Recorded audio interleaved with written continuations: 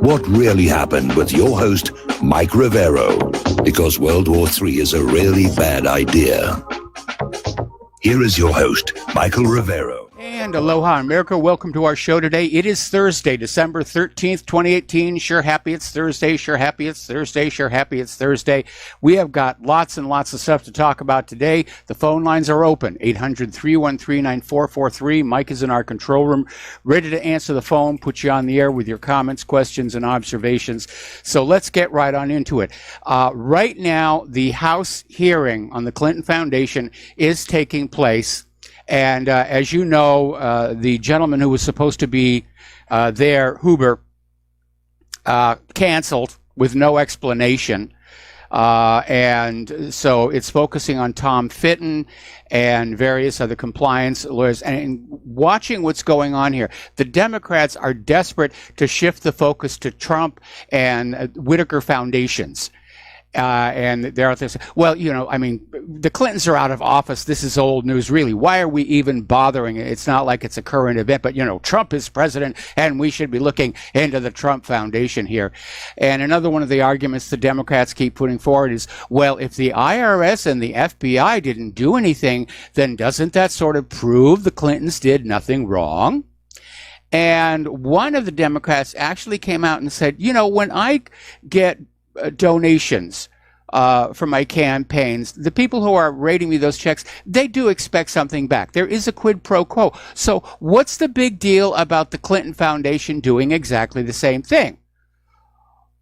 Well, we're not talking about donations to a political campaign, and Secretary of State is not an elected office, and it is illegal.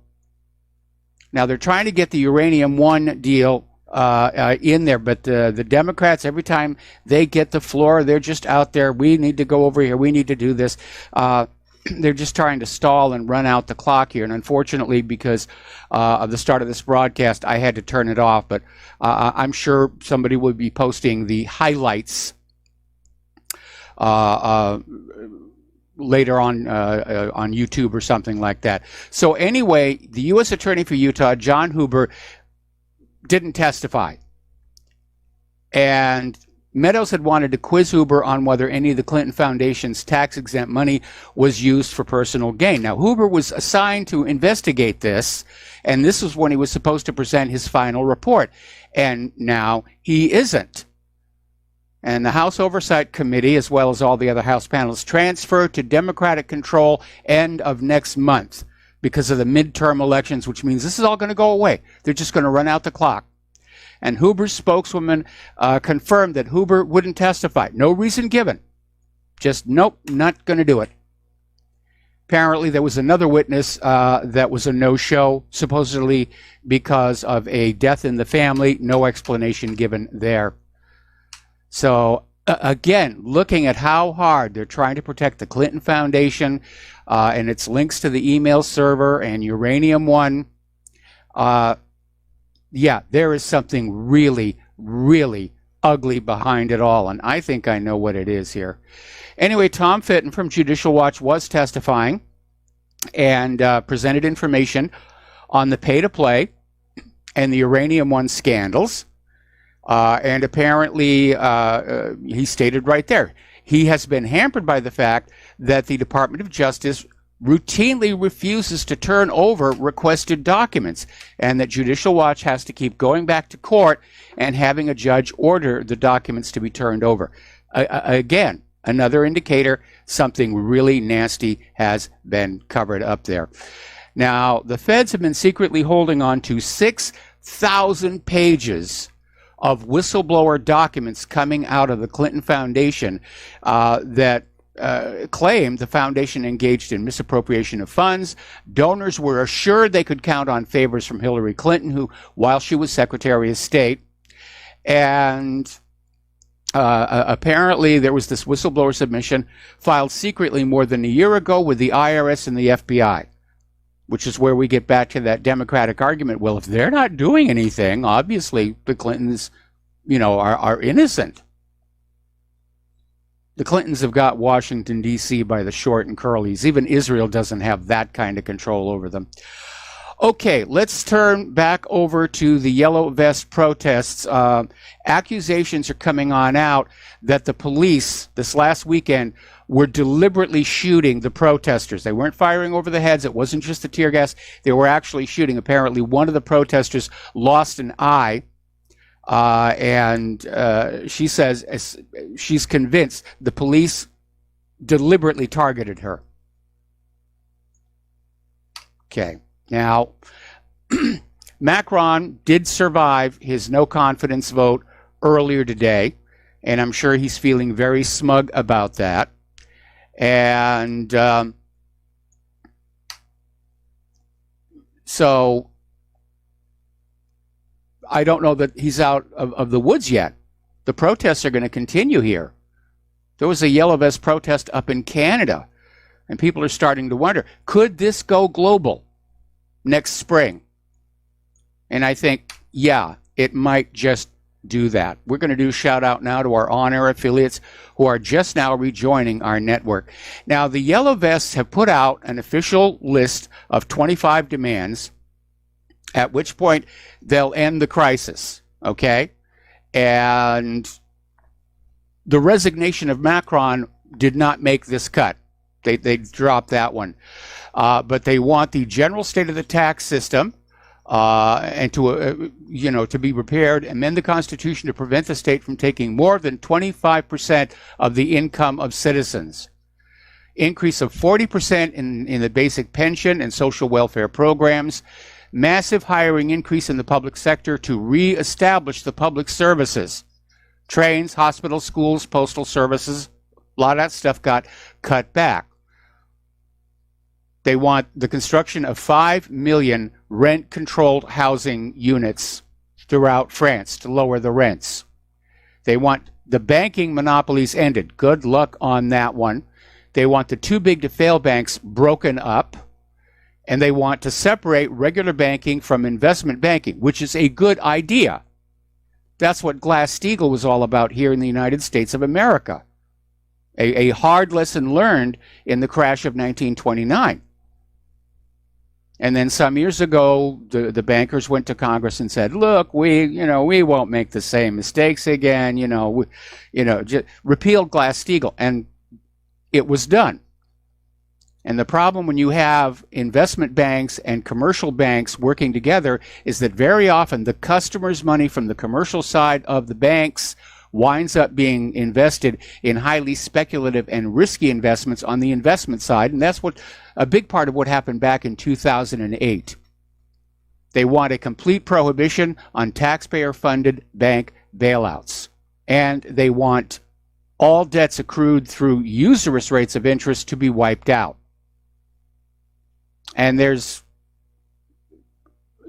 more on here. They want the Constitution rewritten for the people and national sovereignty. They want referendums to vote on popular initiatives. They want limits on lobbying. It's a very good list. We could actually use a lot of this stuff here. Now, some of it's getting a little silly. They want to prohibit the marketing of plastic bottles and other pollutions. And they definitely want to weaken the influence of big pharma on health in general and hospitals in particular. They want a ban on all GMO. They want a ban on carcinogenic pesticides, and we know who they're talking about with that one. And, of course, they want the borders closed. So, it's a big, long list, and I wished them luck. Now, a little bit of news. This was just breaking as we went to airtime. Sheriff Shakat, who was the Strasbourg Christmas market shooter, has been killed. And apparently he was killed in the Neudorf neighborhood of the city following a counter-terror operation launched on Thursday evening, according to the French police. Now, I'm glad they got this guy. What he did was terrible, but it's going to make things a little more difficult for Macron, because he was planning on using that threat of more Christmas shootings to try and discourage the Yellow Vests from taking to the streets this weekend again. Well, that's now gone. And it's not just France. Apparently over in Hungary, there are major riots going on regarding the new legislation coming from the EU, the labor law. It's a very controversial labor law. They're demanding Orban to scrap this law. They're calling it a slave law. And so far they've blocked a major bridge, waving flags and placards. The new law basically triggered furious letters to EU figureheads Jean-Claude Juncker, Donald Tusk, Antonio Tajani, all in the same EPP coalition in the European Parliament with Mr. Orban. I'm sorry, Orban. It's a typo in the original article. So they're up in arms as well. Everybody's getting ready to riot. This could go global. I have been saying it all along. This push to create a global government creates a political environment conducive to a global revolution. So, moving on here to the war zones, of which there are many. Turkey is now threatening the U.S.-backed Kurdish forces with a new operation in northern Syria. And apparently during the Turkish Defense Industry Summit on the 12th, President Erdogan said the Turkish armed forces will launch an operation east of the Euphrates in a few days to save it from a separatist terrorist organization. And he slammed the U.S. plan to establish observation posts along the Syria-Turkey border. And basically said, it is clear the purpose of these observation points in Syria is not to protect our country from terrorists, but to protect the terrorists from Turkey.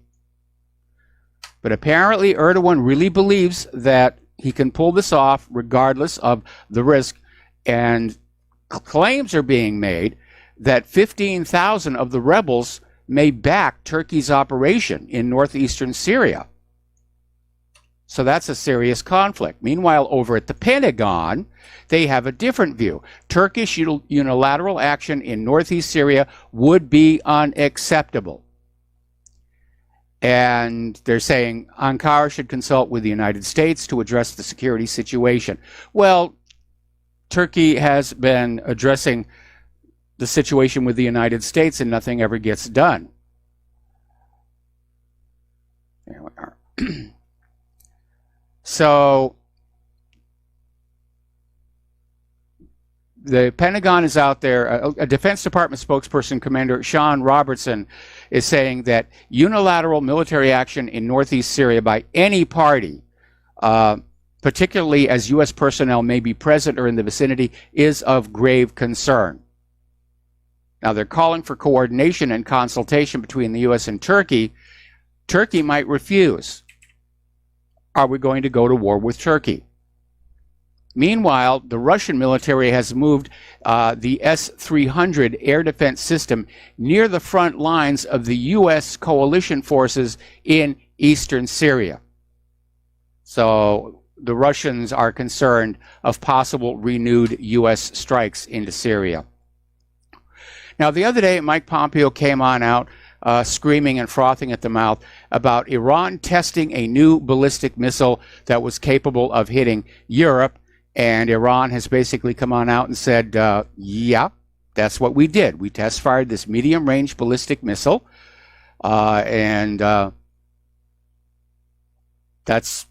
test them to make sure they work properly, which, by the way, the Russians had one of their test missiles blow up just off the launch pad in Kapustin Yar. Now, the leader of the Islamic Revolution, Ayatollah Sayyid Ali Khamenei, says the United States is complicit in the crimes the Saudi regime has been committing in a years-long war against the people of Yemen. And addressing the families of Iranian martyrs in a meeting in Tehran, Khamenei pointed out the Saudi regime's failures in the war it's been waging against Yemen with Washington's support. One of the failures is the fact they thought it was going to be over in just a couple of months. The Saudis thought they would gain control of Yemen in a matter of days or weeks, but the further they go, the harder they will fall down, and the more stinging will be the blow that they receive. Now, the U.S. Senate has now voted to end U.S. support for the Saudi war in Yemen. this is seen as punishment for the murder of the Washington Post reporter Khashoggi. And it's unfortunately a largely symbolic vote because the bill is not expected to pass in the House of Representatives. But the Arabic language website of Sputnik is quoting well-informed sources as disclosing that 400 non-Syrian terrorists have arrived in Idlib through Turkey's southern border with Syria in the last 2 months. It said they'd arrived in the region from where Yemen crossed this was badly. Basically what they're saying is hundreds of terrorists are leaving Yemen for the northern Syria battlefields. So things are just heating up over there. Now, a little bit of good news, at least for the moment. Yemen's warring parties have agreed to a ceasefire in the city of Hodeidah. United Nations Secretary General Guterres has announced this in Sweden. And he said the agreement included the deployment of neutral forces and the establishment of humanitarian corridors.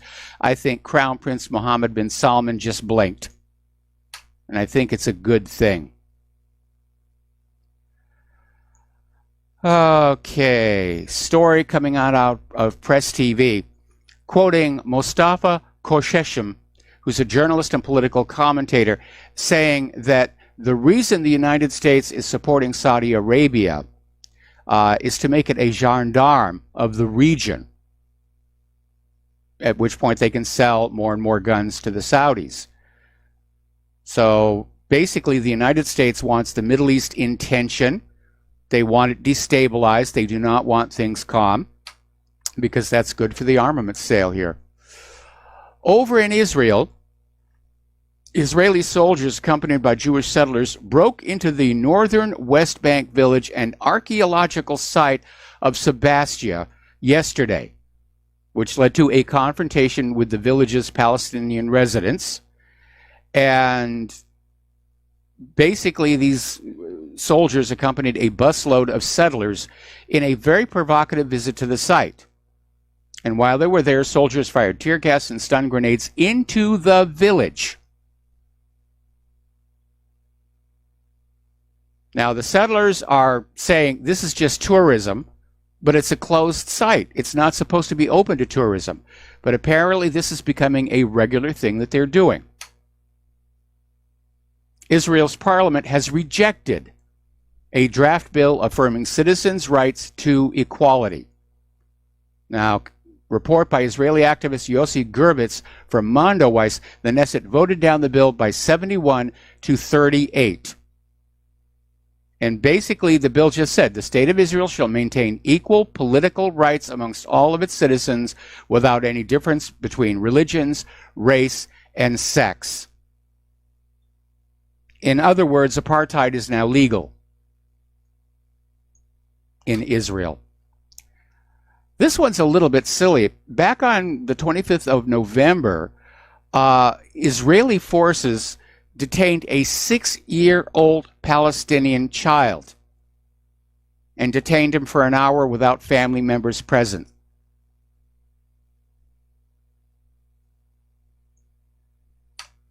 Anyway, yesterday we were talking about this story where it has come on out that Israelis were disguising themselves as aid workers to get inside the Gaza Strip to cover up assassinations or to conduct assassinations. And more details are beginning to surface, but apparently these disguised aid workers tried to drive into Gaza, and the Hamas security men stopped them and asked them questions, and the answers did not add up. A shootout then ensued. We're going to take a break here for commercials. We'll be back after these few words. Aloha, America. Welcome back to our show. We're talking about events down in Israel. And Israeli Prime Minister Benjamin Netanyahu basically said Israel would not rule out undertaking military action inside Iran. And Netanyahu was asked what his red line would be for attacking Iranian territory. rather than just the Iranian proxies alleged to be operating in Syria. And Netanyahu said, our red line is our survival. I'm not ruling out doing anything that we need to do to defend ourselves. We do what is necessary to protect the state of Israel against the Iranian regime, which openly calls for the annihilation of the Jewish state, which, by the way, that's a lie. Remember when Ahmadinejad was in office and they came on out and said, oh, he said he wants to wipe Israel from the face of the earth, or wipe Israel from the map. That's not what he said. He actually said Israel will fade from the pages of history, which is a very passive statement. Unfortunately, a lot of what you hear about Israel, or the Middle East rather, comes through an organization called MEMRI, the Middle East Media Reporting Institute, which provides free translations of Arab news articles to the Western media. But MEMRI is a propaganda front for Israel, and the translations are always faulty and skewed to present a very negative image of what's going on in these other countries here. Now, interestingly enough, there was a report leaked from Creative Community for Peace, which is a front for the Israel government-backed lobby group Stand With Us, that admits the boycott, divestment, and sanctions movement is being effective. And it is growing, and they even described it as innovative. So, hitting them right where it hurts in their wallets here. Okay, Angela Merkel came on out the other day and said Germany might be willing to up sanctions on Russia because of the Kirsch incident. But apparently the German Foreign Ministry, the head of the Foreign Ministry, Heiko Maas, is saying that no, Germany has no interest in new anti-Russia sanctions. Of course, Merkel's on her way out anyway. They're already searching for a replacement. Apparently, she will not last till the end of her term. Earlier in the week, we reported on these stories about how Kiev is getting ready to launch a massive attack into Donbass. One report said it's going to happen tomorrow on the 14th. And we're getting a confirmation now from Russia Today, which says Kiev may start a major offensive in the east within days. They're not nailing it down to a particular day. But the Ukrainian military has amassed troops in Kiev-controlled eastern parts of the country, citing reports from international monitors. And there are reports that within several days, Kiev will stage an armed provocation on the contact line. This is from Maria Zakharova. So that's going to be cranking up as well. There was an interesting analysis that came out of Russia Insider saying that the enmity between Ukrainians and Russians is artificial. It's manufactured by the West, by propaganda, and basically they're saying it goes all the way back to when the Soviet Union wanted to incorporate Ukraine. Now, Ukraine used to be an independent nation, and it is once again. And they wanted to bring it into the socialist empire. So, a lot of hostility out there. Another article, this one also from Russia Insider, don't let Ukraine drag America into the war. And it says, Ukraine's behavior in the Kerch Strait is another example of a U.S. ally trying to gain American military backing for its own parochial agenda. Now, if you'll remember, back in 2008, Georgia tried to do that regarding its territorial dispute with Russia over two secessionist regions, Abkhazia and South Ossetia. And a European Union-sponsored report subsequently concluded that Georgia started the fighting that broke out in August of that year. Our media said, oh, Russia bad, Russia bad, Russia bad. And there is little doubt that Georgian President Saakashvili expected to get much stronger support from the U.S. and NATO than he ultimately reserved.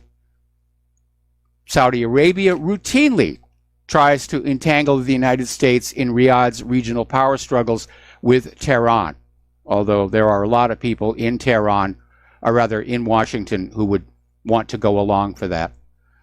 And, of course, we have the U.S. military support for the war in Yemen. Okay, now, getting on back to this situation with China and everybody getting detained. Apparently, there's been a second Canadian detained. More about that when we come back from commercials. Aloha, America. Welcome back to our show here. We're talking about a second Canadian citizen being detained in China. This is businessman Michael Spavor, who worked with North Korea, and apparently he's being investigated on suspicion of harming China's security, which is kind of a broad brush to paint with here. And so the situation is building. Canada's been unable to contact Spavor since he notified the government that he was being questioned by the Chinese authorities. So things are getting very, very tense there. All right, we're going to take a phone call. Dustin in New Jersey, aloha. Welcome to the show. What's on your mind? You know, I find amazing how, well, Ukraine's afraid, like back in the day, the Soviet Union was going to swallow them up, or but like you look now, like all these countries are willing to like let the EU and NATO take over them. I mean, it's just bizarre. Yes. You know, like you know what I mean? I mean, it's just crazy. Like, and when they come in, like when you join the EU, you can't leave. It's like the guy Sonny from the Bronx. Now you can't leave. You know, they won't let you leave. They'll put sanction on you. You know, it's like a relative that comes over and he won't leave. You know? I mean, yeah, well, I don't know. In this case, it's a case of the relative comes on over and you lock the door on him, you know, which is obviously what Brussels is trying to do to Great Britain. Remember that movie Red Dawn, when the Soviet Union, like it was Russia, the Soviet Union, Cuba, and Nicaragua invaded the U.S.? You look at like it's like Blue Dawn, what we got going on, you know, like around the world. We got all these military bases. I mean, basically, isn't this like a stealth? Basically, NATO's a stealth invasion with the EU right behind them, right? I mean, that's what it is. Well, NATO's invasion isn't very stealthy, but definitely the EU. I mean, EU is, if you look at the map, they're basically recapturing control of all the territories of Europe that the Nazis wanted. Yep, and you know, Mike, I don't know if people know this, but not only is NATO located in Brussels, right, Belgium, but so is the IMF. So the debt is right behind it, right? I mean, that's it. You know, like they'll put you into debt slavery. Yes. Like, you know, with Ukraine, we'll let you borrow all this money. We know you can't repay it, so you're going to have to sell us, your land, or this or that, your companies, or this or that. You know, it's all a big scam. You know, hey, Mike, on related news, you know, I don't know if you heard this, but Russia, there's a battalion of 2S7. That's the motorized howitzers, or they're 203 millimeter. Wow. Those are trains headed somewhere, and it's probably headed toward their base, like, 11 miles from the border. I mean, they don't have to put them that close because they shoot pretty far. But yeah, so you got motorized artillery headed over there. So, and it's funny, the Ukraine even, I mean, like Trump saying, we're not going to tell you our plan. Well, the Ukraine's already said they're going to do something. So yes. They already televised it, basically. It's totally stupid. But I keep saying, Mike, because I'm, my family's from Ukraine. They're going to run. They don't have, like I said, they don't have that. They don't know what they are in Ukraine. They're not motivated. They're not motivated. They don't have the moral law on their side. Go back and read your Sun Tzu. And it's not going very good in Ukraine. I mean, because, with the gas price increases over there, and it's rough over there. And, they don't like Poroshenko because that's why he got an 8% approval rating. Yeah. So that's all I needed wanted to tell you, Mike. Have a good show. All right. Thanks an awful lot. We're going to let you go. Now, getting on back to the growing friction with China, a few days ago, Cisco advised its employees to avoid non-essential travel to China. China protested. Cisco said the message was sent out erroneously.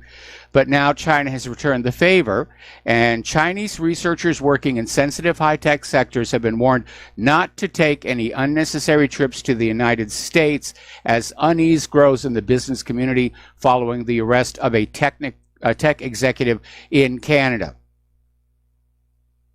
So we may be seeing the beginning of this, let's go snatch each other's scientists. Okay, anyway, workers at a research agency who can't avoid crossing the Pacific were also told that if they did have to travel to the U.S., they should remove any sensitive information from their mobile phones and laptops. Definitely should do that. Apparently, TSA is really starting to get into more and more cell phones and tablets. It used to be an occasional thing. Now it's just becoming very regular. They're just scanning everybody's cell phones and laptops and snarfing up the information. Over in Korea, a little bit of history was made yesterday when soldiers from North and South Korea peacefully crossed the demilitarized zone for the first time ever. You know, obviously symbolic gesture, but once again, it suggests that Kim Jong-un and Moon Jae-in are really seriously thinking about reunification of Korea. That would put a real dent in U.S. plans for that area. Down in Venezuela, President Maduro has accused the U.S. National Security Advisor John Bolton of preparing a plot to assassinate him, and has also called out Colombian leader Ivan Duque as Bolton's accomplice. So it may sound paranoid, but if you look back at the history of how the United States has interfered in Venezuela, it's not that outlandish. Don't forget Hugo Chavez. There was actually a U.S. organized coup d'etat that drove him for power for exactly 1 week. Anyway, getting on back to Germany, Angela Merkel has announced her resignation as head of the Christian Democratic Union Party, and she has said she will not run for another term as chancellor. And in December, the CDU elected a new head, Annegret Kramp-Karrenbauer, who is considered to be Merkel's protege and eventual replacement. Now, there's talk here that Merkel may resign from her post in favor of Annegret and leave in midterm, which I'm sure would be cause for much celebration. All right, let's get on to Julian Assange here, because there was always something wanky about that statement that Ecuador had written assurances from Great Britain that they would not extradite Julian Assange to any place where he might face the death penalty. And even Julian Assange came out and said, I'm not buying this one. Well, down in Ecuador, they're sort of shuffling their feet and saying that Quito cannot guarantee that London would not extradite Assange to a third country. This is coming from Ecuadorian President General Inigo Salvador. And they go back to say Ecuador has received the written guarantees, but that's really all that we can do.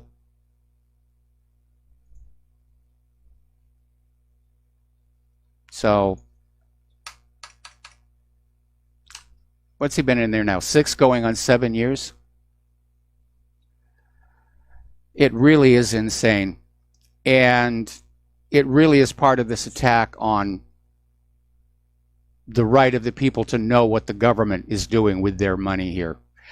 All right, over at Sean Hannity, he's out there on TV and he's saying indictments are coming for the Clintons, and he basically said the hammer's about to fall. He told his guests Sarah Carter, John Solomon, and Greg Jarrett that he had it on good authority that indictments were about to be issued. I wish it were true.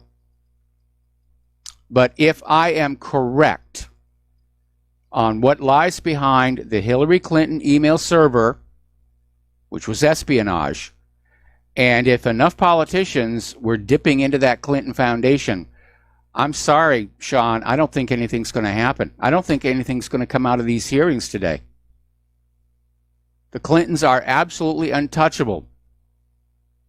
Back in 2016, during the campaign, when all of this stuff was being brought on up, it was reported that Hillary Clinton literally said that if she was brought down, she'd bring down the entire government with her, and this is a lady who can do it. Now, Miles Honig, he's a former Green Party candidate for Congress, and he was being interviewed on Press TV, basically saying that Donald Trump cannot handle the reality that's overcoming his presidency, and he's losing his hold on the presidency. And he was responding to where Trump had come on out saying he's not going to be impeached. It's hard to impeach somebody who hasn't done anything wrong and who's created the greatest economy in the history of our country. There's a Pinocchio for you there, Donald. And he said this with an interview with Reuters. And then he went on to say that I think the people would revolt if he were impeached. Donald, I don't think you are as popular now as you were in January of 2017. That's unfortunately the reality. As far as not being impeached for not doing anything, they'll come up with something. Nancy Pelosi is already out there saying they're going to go after his taxes. They're out to get him. You know, it's a street brawl. Washington, D.C. has degenerated into a biker bar, and there's a brawl going on here. All right, getting on to the White House. Congressman Mark Meadows is no longer being considered for the White House Chief of Staff. This came from Press Secretary Sarah Sanders, and went on to say Meadows is a great friend of the president, is doing an incredible job in Congress, and the president told him we need him in Congress so he can continue the great work he is doing there. Well, I don't know about the great work because it doesn't look like he pushed all that hard at today's House Oversight Committee meeting. Now, New York's incoming Attorney General on Tuesday has promised to persecute Donald Trump, his entire family, and anyone in his orbit by hunting for crimes to charge them with. He's literally out there declaring war, that he's going to use every area of the law to get Donald Trump. We're going to get him. That's a terrible mindset for a government to be operating on right now. Looking at this morning's hearing and looking at the behavior of the Democrats versus the Republicans are too gentle. They're almost too mature. The Democrats are out there with a bare-knuckle fight. Now, here's an article that came on out from Vox.com. Let me read you the headline verbatim. It's ridiculous that it's unconstitutional for Alexandria Ocasio-Cortez to run for president. And this article is just this incredible puff piece on Alexandria, how she's the biggest star in the Democratic Party and has been ever since she unseated Representative Joe Crowley in the surprise primary upset in May. And so Alexandria is already looking at the White House. She's in her first term in Congress. She's inexperienced, and already she's looking at the White House. I wonder if she's going to declare for 2020. Except, of course, that she can't because she doesn't meet the age restriction. And this article is putting out a trial balloon about saying, oh, we don't need to pay attention to that. In fact, there was another article that came on out where liberals are saying, you know, anybody should be allowed to run for president. Immigrants, students, you know, anybody. These restrictions in the Constitution are really rather ridiculous. No, they're not. The reason for the requirement for a natural-born citizen is so that this country does not fall under foreign rule. the requirement for the age restriction is to guarantee that only people of a certain maturity get into that Oval Office.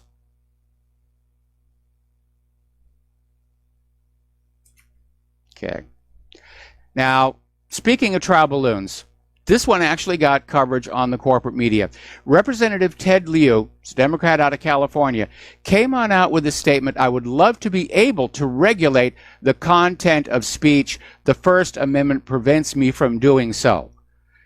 And he went on and rambled on about, Constitution, blah, blah, blah, blah, blah. But I think this is a trial balloon. We've been seeing censorship all over the independent media.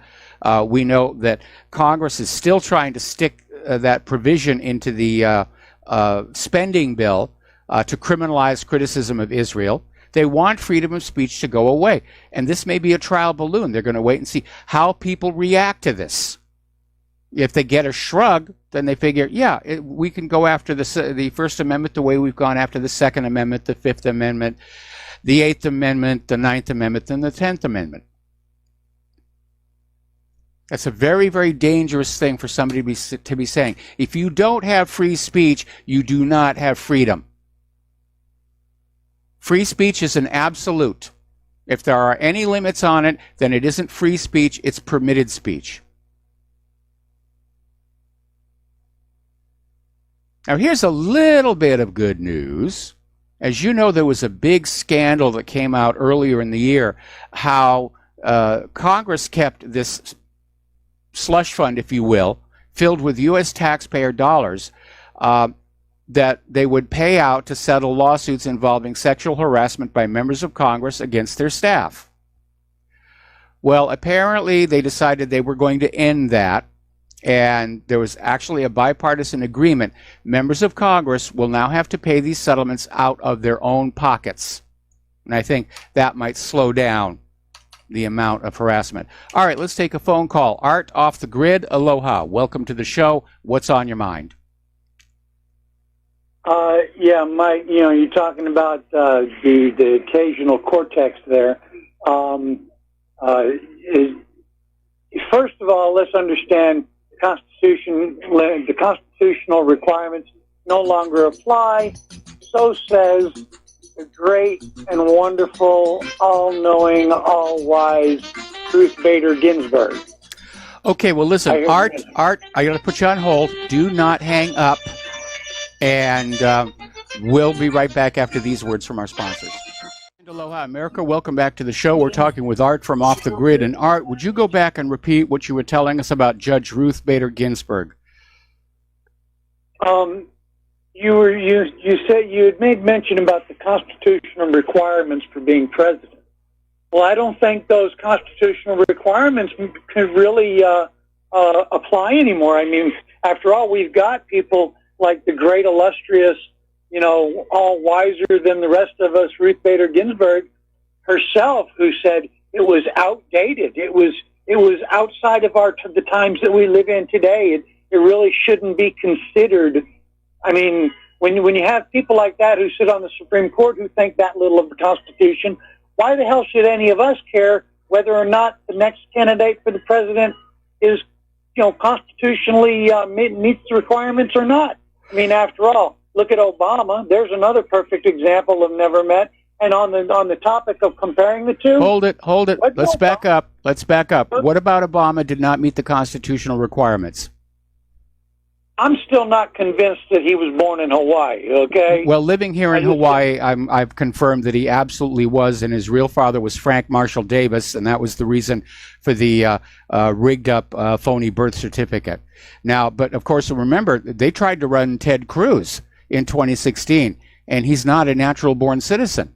So yeah, they want to chip away at all of that. Now, Ruth Bader Ginsburg can express that opinion, but the job of the Supreme Court is limited to examining laws and comparing them against that Constitution to see if they conform, because that Constitution is the ultimate law of the land.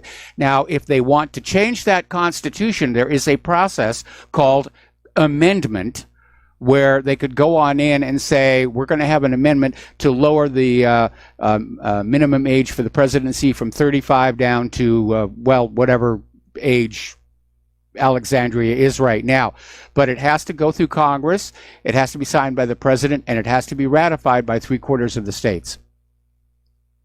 Right.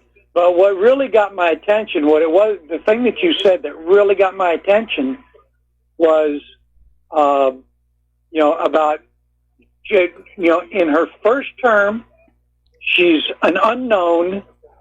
Who does this sound like? We had Barack Obama, first term, unknown, didn't do anything, never accomplished anything, but yet made it to the presidency. So he was set up to be the first. They keep saying African American, but he's a half and half. But they set him up to make history. Is it possible that maybe what we're seeing here, if she is eyeballing the White House already, could this be setting the stage? It's arrogant in the extreme. And she's a member of the House, and Obama, if I recall correctly, was actually a senator. Right. Alexandria's got a long way to go to prove that she's got the chops to even consider being president. She is the darling of the Democratic Party. There's no question about that. And I'm sure that Hillary's probably gritting her teeth over the fact that Alexandria might take that coveted first woman president of the United States position. But she's going to have to wait to do it, because unless they amend that Constitution, Alexandria cannot run in 2020. Anyway, Art, we got to let you go. We got to take a station identification break, and we will be right back. And aloha, America. Welcome back to our show, hour number 2. The phone lines are open, 800-313-9443. Checking my email box, I got an email from somebody who is still keeping watch on the House Oversight Committee. And apparently now testimony is underway from these experts on compliance. And actually, it's one of the whistleblowers, and apparently they are dropping some major bombshells. So when it's all over, I'm sure there'll be a summary or a complete replay, and that's going to be worth going through, definitely. Okay, now, interesting little story. Apparently, the Department of Justice Inspector General has just found 19,000 lost Strzok and Page texts. Now, it's kind of curious where they found them, because the Department of Justice actually wiped the text messages between Strzok and Page before the Office of the Inspector General could review them. Maybe the Inspector General knocked on NSA's door and said, do you have these? Because NSA's got everything. NSA called up former FBI Director James Comey and said, we've got all of Hillary's missing emails, and Comey said, I am not interested. But if the FBI or the Department of Justice knowingly concealed, covered up, and destroyed evidence, they violated Title 18, Section 1519. Destruction, alteration, or falsification of records in federal investigations. Now, Maria Butina was this alleged Russian spy, and she's pled guilty in federal court for conspiracy to act as an illegal foreign agent in the United States. And she was accused of working to infiltrate Republican political circles through groups such as the National Rifle Association to bolster Russian interests. Now, Butina said she acted under the direction of a Russian official whom CNN has identified as Alexander Torshin, the recently retired deputy governor of the Central Bank of Russia. He's not a Russian government official. This was financial stuff. So Butina sought to establish unofficial lines of communication with Americans having power and influence over U.S. politics. Well, it sounds like a case of selective prosecution here, because every country on earth have people inside this country trying to establish unofficial lines of communication with Americans having power and influence over U.S. politics, especially Israel. But apparently talking to a Russian is now a crime in and of itself. Okay. Nancy Pelosi is out there celebrating the recapture of the House of Representatives. She's saying it's my gavel now. And apparently there was concern she did not have enough votes to win the speakership. So she's made a deal. I mean, there were some 16 House Democrats were opposed to her candidacy.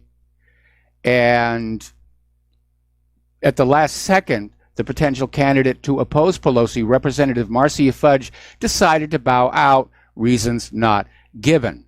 And some other anti-Pelosi Democrats jumped ship as well. So supposedly the deal that they made is that Pelosi will step aside after 4 years. No, she won't. They'll have to pry her out of there with a crowbar. The House passed an $867 billion farm bill, which rejected curbs on food stamps, which means President Trump now has a green light to hand out bailouts and subsidies to America's farmers. Some of them really do need it. But we know there's a lot of abuse of the food stamp system here. And apparently the measure passed with a 369 to 47 vote. It expands farm subsidies and, according to the Hill, includes language legalizing hemp production. Purpose of this legislation is to provide a safety net for farmers hit with unexpected weather or by tariffs, which is going on right now, as well as low-income Americans struggling to feed themselves and their families. It's one of the most politically sensitive pieces of legislation Congress passes. Now, Gerald Celente is out there saying what we're seeing start to unwind before us, especially with China, it's not a trade war, it's a global slowdown. And he's asking if the central banksters are going to try and boost the markets. Now, today the Dow ended 70 in the green, the other two ended slightly in the red. Not a great day, but not a bad one either here. Remember, okay, we're going to do a shout out now to our on-air affiliates who are just now rejoining our network. Remember Janet Yellen, former head of the Federal Reserve, and made the statement that there will not be another financial crisis in her lifetime. Well, she's changed her mind. She's warning that, yes, another crisis is most definitely possible. And the tools that could help prevent another crisis are not all that great in the U.S. By which, what she probably means is the government is not using enough violence and force in the form of regulations to prevent an economic meltdown, which was caused by the Federal Reserve and its usurious policies.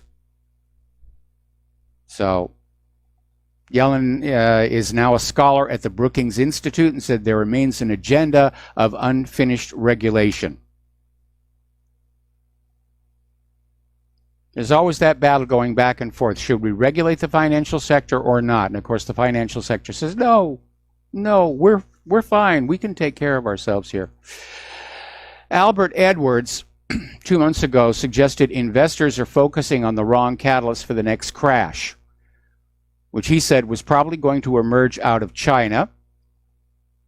And he says the worry is that a Chinese policy response will send the global markets into a tailspin, just as the August 2015 devaluation did. Now, today, in his latest note, he's doubling down on his assertion that a China hard landing may be the gray rhino that investors are ignoring. He uses all kinds of metaphors. Capsizing the economic ship, the death wobble, which you have to be a motorcycle rider to understand what that one means here. But back in October, he was out there saying, wondering if China's luck is running out.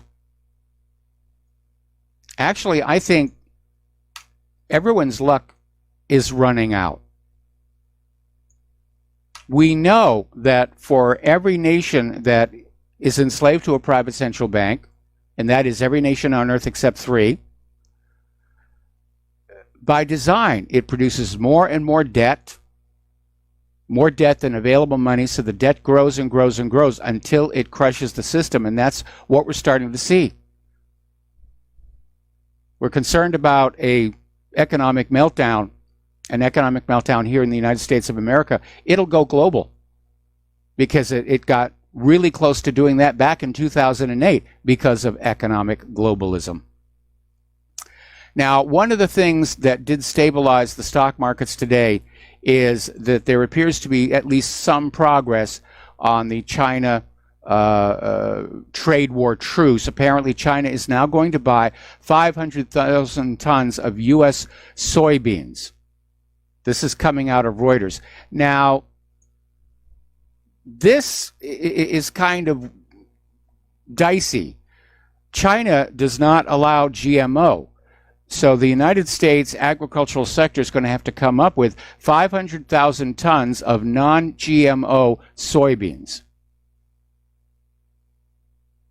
And it's going to be spread out over 12 cargoes for shipment between January and March. Okay, the dollar index has been rising ever since Trump began his war on trade. Right now it's at the same 97 index level as when Trump was elected. Now, if Trump wants to win the trade war, he needs to push the dollar a lot lower. I know it sounds counterintuitive, but if he does, this in turn will send the price of gold soaring. So hang on to those coins and bars. And that means that the Western central banks and the Bank of International Settlements will have to live with a rising gold price, something they really don't want to have to do. And this could actually lead to a clash between the Trump administration and the central banks. And banks sometimes decide that they don't like presidents. Remember back in, I think it was 1933, a bunch of Wall Street bankers got together and actually plotted a coup d'etat against President Franklin Delano Roosevelt. And it failed because the military commander they chose to lead it, Smedley Butler, waited until he had all the necessary evidence and blew the whistle. And it was covered up. It was hushed up. It didn't become public until the mid-1970s. And it's actually the basis for the movie 7 Days in May, although the role of the bankers was notably left out of the screenplay here. Chinese auto sales are in decline for the first time in 30 years. So that's also due probably to the tariff wars with steel and aluminum here. Saudi Arabia is now feeling the pressure from pretty much the rest of the world.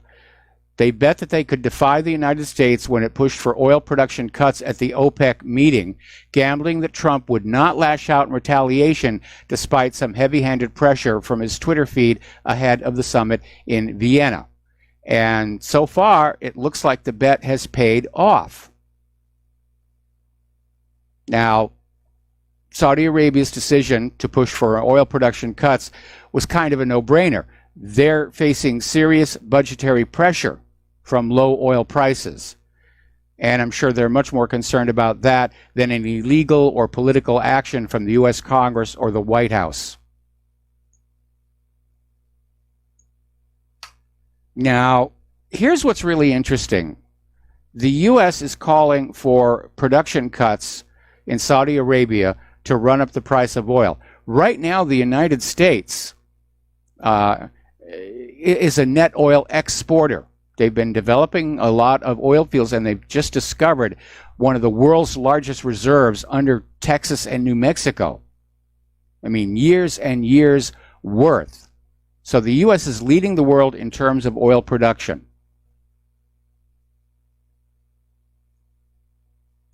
Do they want to run up prices before they start selling that? Maybe. Now, interestingly enough, Japanese refiners will start buying Iranian crude oil in January, but they'll only buy until March to make sure they don't get on the bad side of the Trump administration in case the 180-day sanction waivers are not extended. Now, Japan is one of Iran's largest oil importers, but it's also the United States' staunchest ally in Asia. And the combination of the two is not working out well for Tokyo. Early this year, when the Japanese government tried to secure a waiver from the U.S. State Department, local refiners stopped all purchases of Iranian oil ahead of the sanctions that came into effect on November 5th. But this idea of shutting down Iran's oil exports to zero is not working out. And the United States is now having to admit they will not be able to stop Iraq from importing Iranian gas. Baghdad will continue to procure its energy requirements rather than go along with the U.S. anti-Iran sanctions. So within the context of Iraq, it's not looking good for the hawks in Washington. So, anyway, down in Venezuela, I mean, things are really bad in Venezuela. And we should be paying attention, because that's going to happen here. And apparently, Goodyear has shut down their Venezuela plant, and the only severance the employees got was a new set of tires. Over at Walmart, they're starting to test Flippy, the robot cook. And they're testing it out at its Bentonville, Arkansas headquarters to see if it might make for a valuable team member in its in-store delis. Now, remember, the last time Flippy was deployed, it had a rocky start. Over in Pasadena, it had to be taken offline after its human co-workers couldn't prepare the patties fast enough. Simply from an engineering point of view, wouldn't you have a patty maker as an adjunct to this thing? But apparently at Dodger Stadium in Los Angeles, they deployed another of these Flippy robots, and it flipped 17,000 pounds of chicken tenders and tater tots. This is a little sick, I think. Okay, the Cranston School District, which is located just outside Rhode Island's capital city of Providence, has taken the school lunch debts of the students and turned them over to a collection agency. Now, the students are supposed to pay for their lunches. It's $2.50 for middle school students, $3.25 for high school students, and apparently students are showing up. They don't have the money or all the money. And so the cafeterias have been basically just keeping a tab on them. And the school district is now saying, well, it's time to get those funds to come on in here. So they're turning it over to a collection agency, which you're talking about wrecking these kids' credit reports before they even get out of high school. Over at the Boy Scouts of America, they're considering a bankruptcy filing. Apparently, all of these sex abuse lawsuits have drained the coffers. And I'd hate to see them go, but, you know, things are out of control here. I mean, when I was in the Boy Scouts, none of this stuff was going on. I think it's these prescription psychiatric medications. I think we're drugging our entire population into aberrant behavior. Getting on back to the economic news, 60% of working Americans say it's harder to retire now than 5 years ago. That's certainly true. A lot of people can't retire here. Interesting article out of Investment Watch blog. 2/3 of Americans think they are middle class. Millions of them are dead wrong. And what they're talking about is right now, half of all American workers make less than $30,533 a year. That cannot support a middle-class lifestyle for a family with children. Incomes have stagnated while the cost of living has soared, and as a result, the middle class is steadily eroding. But most Americans don't want to call themselves the elite, and they don't want to call themselves lower class or working class. So they just go on looking in the mirror and say, I'm middle class. I'm middle class. Really, I'm middle class. I have to be middle class. I've maxed out all my credit cards.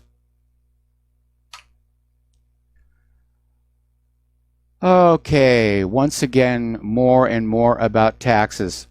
Apparently, there's a federally funded report that is saying that the only way that the government can raise the money to repair the interstate highway system, which is in a bad condition, is they want to turn every single mile of that interstate highway into a toll road. Gee, if we hadn't dropped $5 trillion all over the rest of the world trying to bomb them into submission, we would have the money to fix that highway. So it's, the report is fairly accurate. They have to dramatically expand highway capacity to meet growing demand. But this suggestion of just turning the entire interstate system into a single giant toll road, that's not going to make people happy. It's actually going to be an impediment to business and tourism. We'll be right back. And aloha, America. Welcome back to our show here. And again, it's Christmas. And over here at Republic Broadcasting Network, we've been very good little boys and girls all year long. I'm sure there are many people out there who would not share that opinion. And we've got our stockings hung up by the chimney with care. So if you would like to send a little Christmas cheer our way, the postal address for a check, money order, or if you prefer anonymity cash, is Republic Broadcasting Network, 2251 Double Creek Drive, number 302, Round Rock, Texas, 78664. The phone number where you can make a debit or credit card donation or pledge to be a recurring subscriber is 800-724-2719, extension 1 during business hours, and remember, it is Texas Central Time, extension 3 at all other times. The network thanks you. All right, getting on back to the economic news here.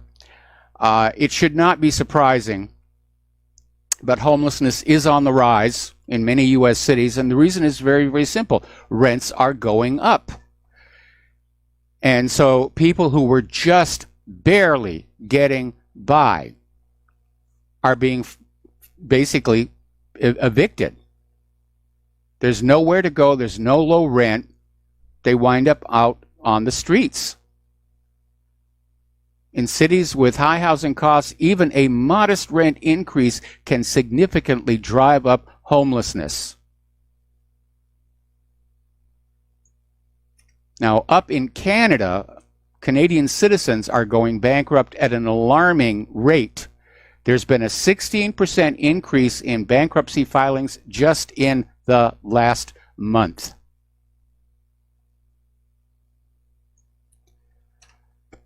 Okay, let's talk about immigration, Europe, all that stuff that's going on over there. Getting on back to last Tuesday's on-camera kerfuffle between Trump and Schumer and Pelosi, Donald Trump basically invoked the wall in Israel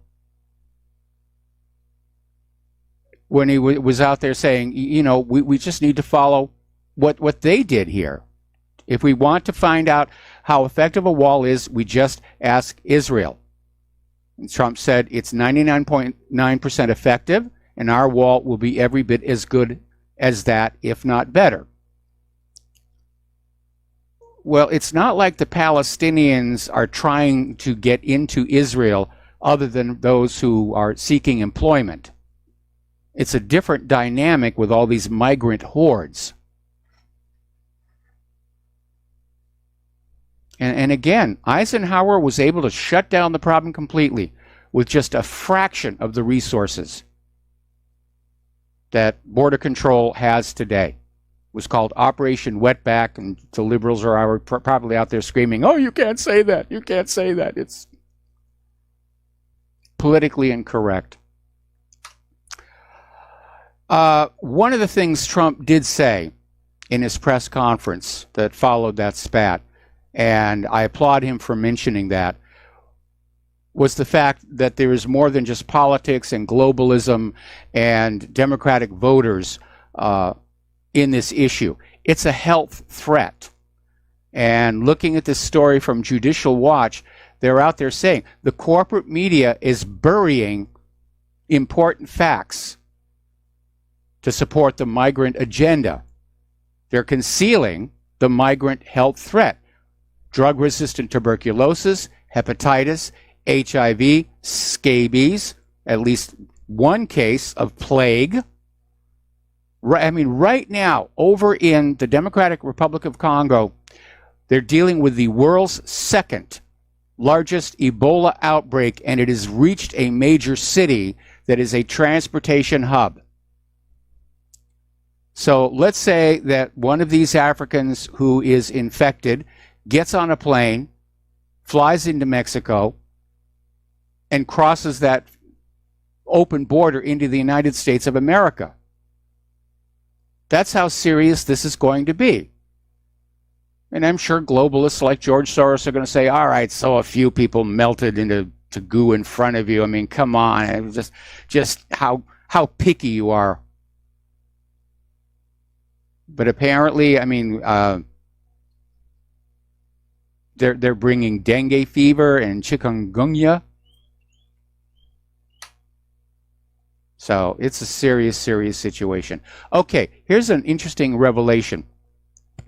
One of the leaders of the migrant group that is demanding entry to the United States is Alfonso Guerrero Ulloa. And as it turns out, he is a suspect in a 1987 bombing that wounded 6 American soldiers in Honduras. Now, Ulloa has lived in Mexico since 1987. Mexico considers him a freedom fighter. We'll be right back after these words from our sponsors. And aloha, America. Welcome back to our show here. And we're talking about immigration. Actually, I've just now this second put up a video of the House Oversight Committee hearing into the Clinton Foundation. And it's queued up to start at the point where the whistleblowers came on in and started revealing a lot of very damaging information. Okay. Take care of that. All right. So apparently the Koch brothers organizations are now being targeted for supporting amnesty for illegal aliens. And apparently, according to Breitbart News, Koch brothers sent a letter to Congress suggesting that there should be an amnesty deal with Democrats to go along with the border wall funding. In other words, we'll fund your border wall, and in exchange, everybody who's already inside will get immediate amnesty and a path to citizenship. So Americans for Legal Immigration is launching an activism campaign today that targets the Koch brothers and their front organizations for pushing the lame duck Congress to pass amnesty for 3.5 million illegal aliens. Despite growing evidence, such pro-amnesty positions cost many GOP candidates their races in the midterm elections. It's also a Title 18 violation there, guys. All right, there is an NGO, and they're involved in migrant transport. They call themselves SOS Mediterranee. They've just announced they're going to be replacing their current vessel with a new one to resume operations in the new year. And they're saying they have not entirely given up on their commitment to pick up migrants off the Libyan coast, despite the announcement from their partner Doctors Without Borders that the Aquarius would be ending operations last week. That's the ship they're currently using. So the NGO blamed the European governments for the shutdown of operations, saying this is the result of a sustained campaign spearheaded by the Italian government and backed by other European states to delegitimize, slander, and obstruct aid organizations providing assistance to vulnerable people.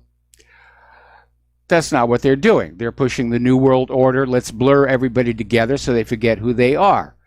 And I wonder who it is who signed the check to buy them a whole new ship. Now, as you know, yesterday, Theresa May did survive her vote of no confidence. She's not out of trouble just yet. And the Conservatives still remain split on the Brexit deal. And she's not going to be able to get that through. Brussels won't budge. She won't budge. Parliament won't budge. There's going to be a hard Brexit. Or they're going to look out their windows and see a whole bunch of yellow vests.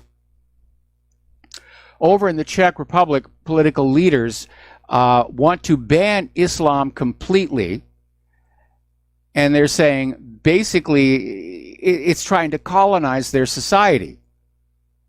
And they're saying that if someone calls for the killing of infidels and Jews, it's not a religion of peace. So they want to shut the door there.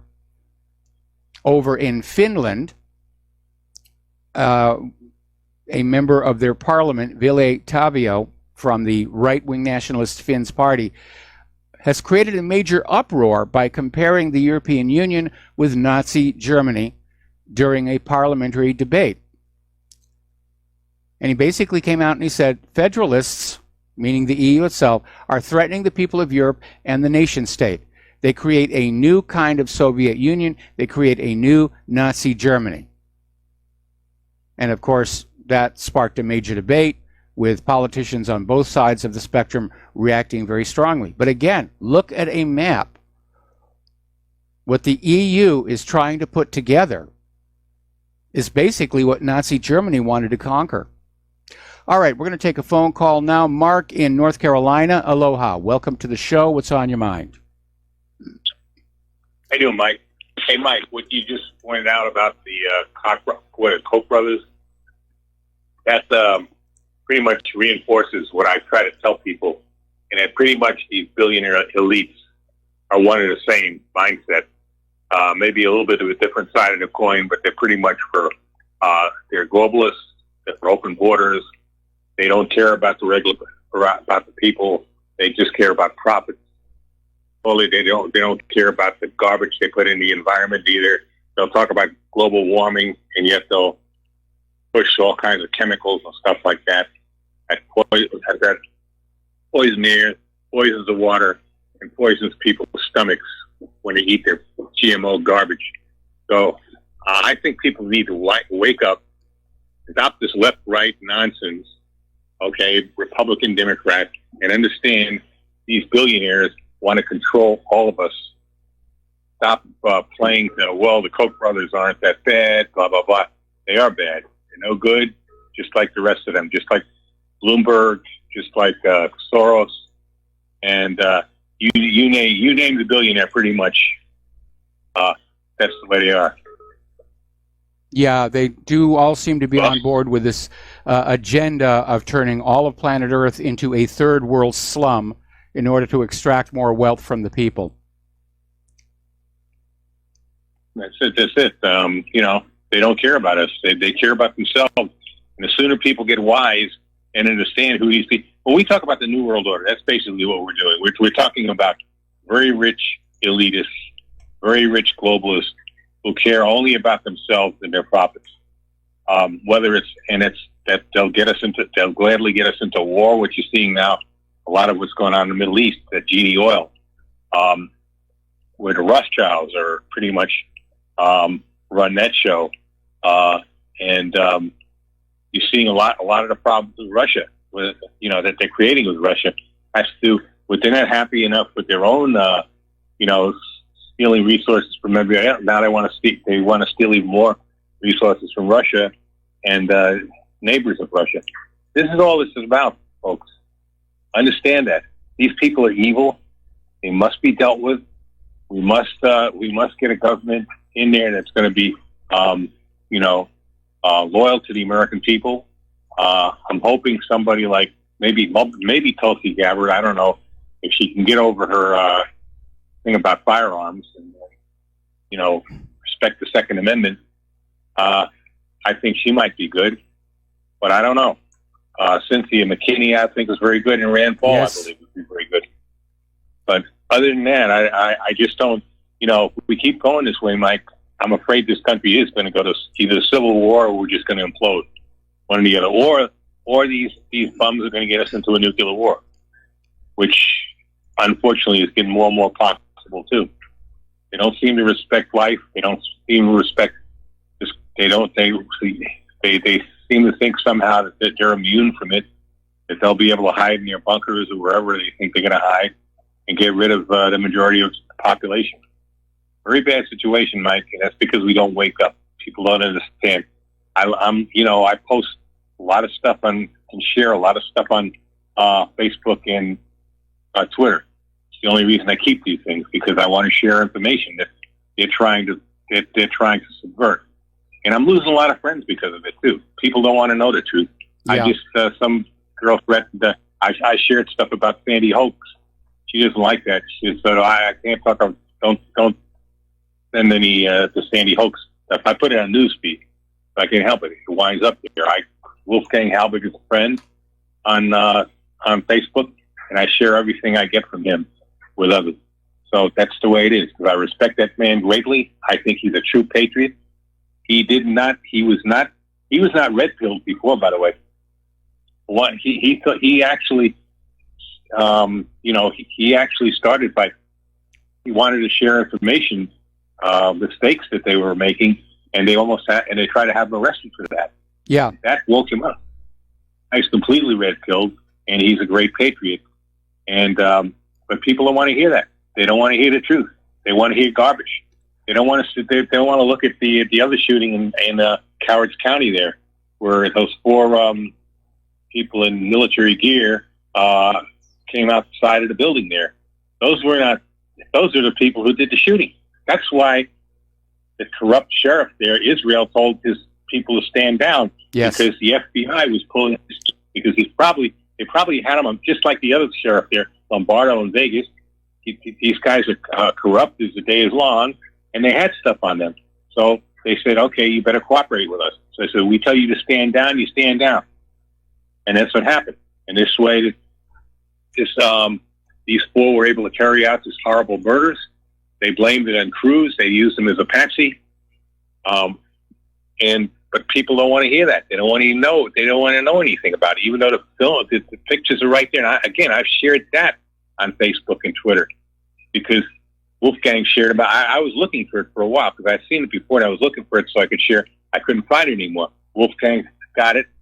He shared it, and I shared it.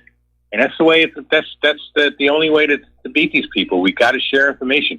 The information, like InfoWars is right. I mean, that's actually what this is. It's an information war. Yes. We've got to win. We've got to get our message out. People's got to understand we are under siege. These elitists want us dead. That's what they want to do eventually. They want to, move us into their big cities, so-called smart cities. Yes. Total control. And if we wipe us out and think they're going to turn themselves into robots. Either or, they don't care. They say, okay, if you are wise to us and you will come after us, you know what we'll do? We'll start a war. We'll blow you all up in a nuclear war, and that's going to be it that way also.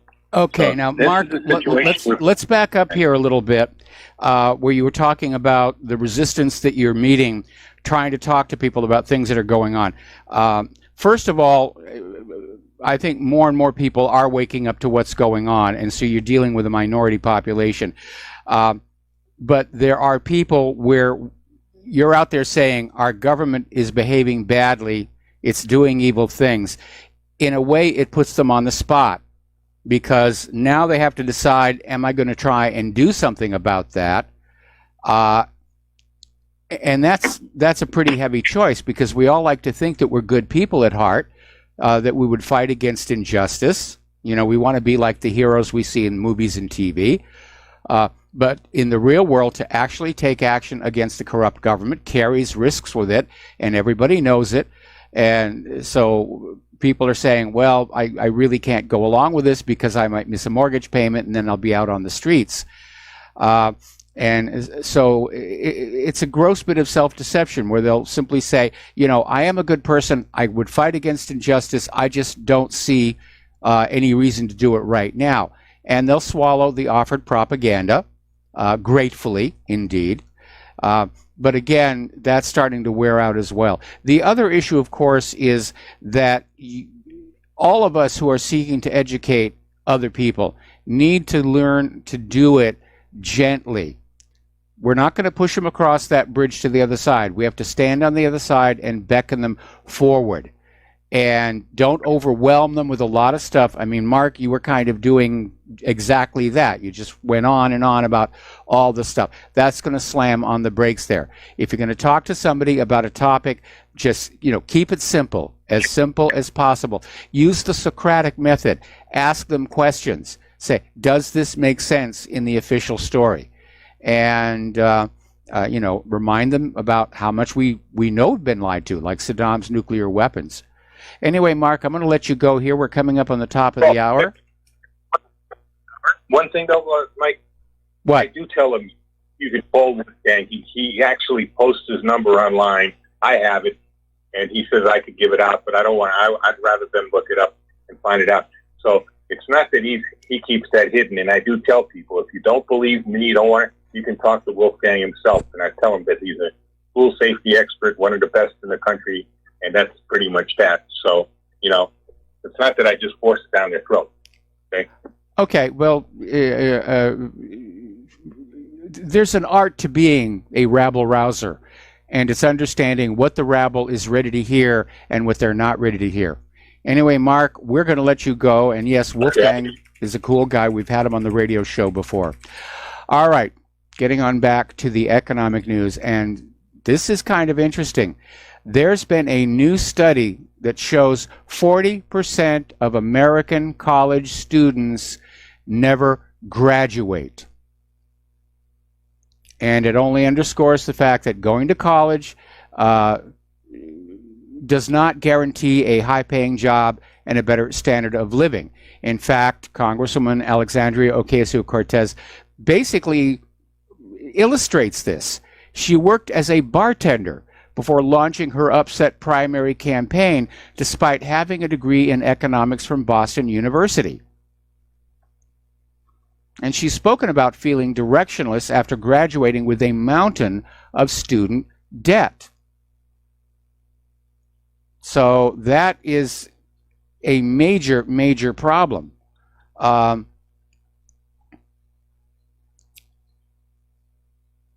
Apparently, millions of degree holders are defaulting on their student loans. One study published in August said 30% of student loans are in default or in arrears. And a lot of these college students, college graduates, are struggling with underemployment or being stuck working jobs that do not require a college degree. 1 million Americans default on their student loans every single year. And if defaults continue at their current pace, roughly 40% of borrowers will have defaulted by 2023. They took a college education and they turned it into just another scam. Sure, come on in here, get a degree in women's studies or art history, and yes, we'll loan you the money because financial assistance has kind of gone away, and you'll graduate. You'll pay these loans off in just a few years, and they got you jammed on that debt hook, good and hard. Now, speaking of education, something very bizarre is going on. Harvard University's endowment, which is valued at $39 billion, it's the largest academic endowment in the world. And the private investment company has been buying up farmland and water rights located in California, mostly vineyards. And they have formed a wholly owned subsidiary called Brodea, and they're saying they're buying up the vineyards, but it looks like what they're really after are those aquifers. We're going to take a break for commercials, and we will be right back. Aloha, America. Welcome back to our show here. And a side note for all you astronomy buffs, tonight is the peak of the Geminid meteor shower, and they're expecting it to be pretty decent. Obviously, the best time to see it is in the night sky before dawn, which means getting up very, very easy, finding the constellation Gemini, and just look for the meteors to come on down. And that will be kind of fun here. Over at the New York Times, columnist Jennifer Weiner wrote an op-ed titled "It's the Least Wonderful Time of the Year." And the gist of this op-ed is that businesses should cancel office Christmas parties so that women avoid the risk of being sexually harassed. And according to Weiner, the prospect of the holiday party is a difficult one for women due to the task of, first of all, choosing clothing that signal you are polished without being boring, attractive without being provocative, and that you're looking to be promoted, not propositioned. And this is just another continuation of this attack on Christmas. I mean, Rudolph banned, Frosty the Snowman, racist, White Christmas, racist. It's just utterly, utterly, utterly ridiculous. Apparently, over at the in Kitchener, Ontario, it was the opening night of their Christkrindle market, their version of a Christmas market. And this pastor, Jacob Raum, got up to the microphone and was reading the Christmas story from the Bible, and the microphone was cut off by city staff. And at first he thought it might be an accident, but then he said, looking at the staff, said it was clear that it was intentional. Now, here's a problem. Our retailers depend on the Christmas shopping season for 1/3 of their earnings through the entire year. If Christmas is made to go away because it offends the voodoo people, what are they going to use in its place to market to us? And yet another piece came on out here. Taylor Marshall came on out writing that men shouldn't decorate gingerbread houses because it's effeminate. And apparently this is over in Indiana in Harrison Township. It's Sweden. Sweden has shut down their controversial equality body. And it was controversial because it was run exclusively by women. It was being nicknamed the Feminism Ministry. We'll be right back after station identification.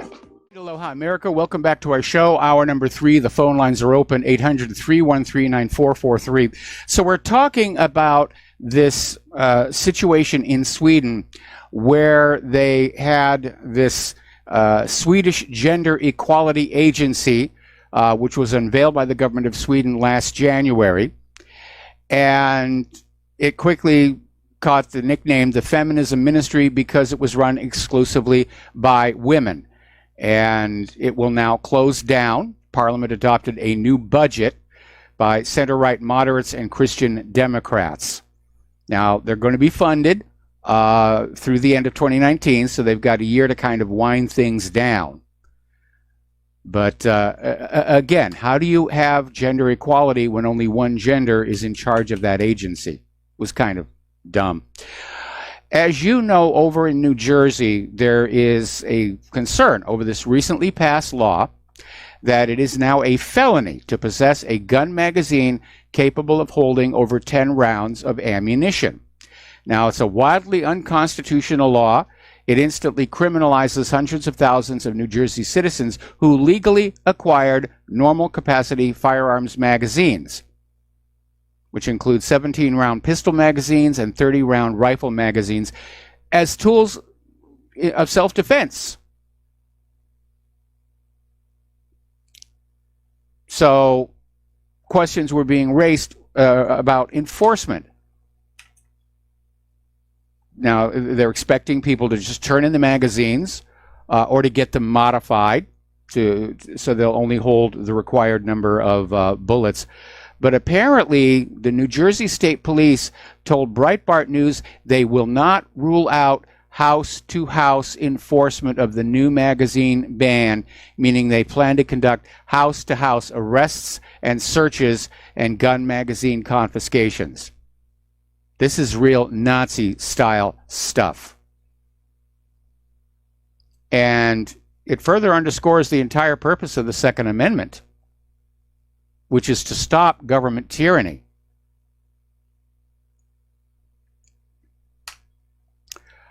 Okay, a new report on the Marjory Stoneman Douglas High School massacre has called on police to investigate 7 deputies it claimed did not respond fast enough.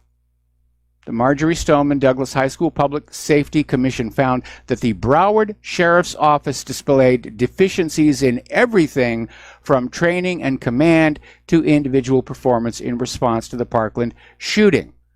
And they're recommending the Sheriff's Office investigate the performance of 7 deputies who failed to engage the gunman despite hearing gunshots at the school. Of course, as that caller was mentioning before, that was another setup. And the shootings were actually done by these 4 guys in military attire who were photographed exiting the back of the school.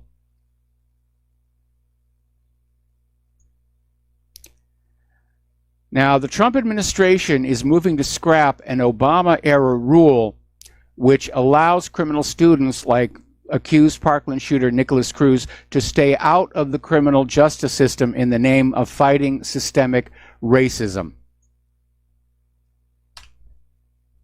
So it's just a huge mess. Anyway, the same Safety Commission said their recommendation is arming teachers. And they said basically the problem is that it takes too long for the police to get there, but that Nicholas Cruz supposedly stopped to reload his AR-15 5 times, all of which would have been opportunities for an armed and trained teacher to shoot him. I think it's a good idea. I think teachers should be armed, and they should be taught to shoot combat tactics. And you know what's going to happen? The crazies won't show up anymore.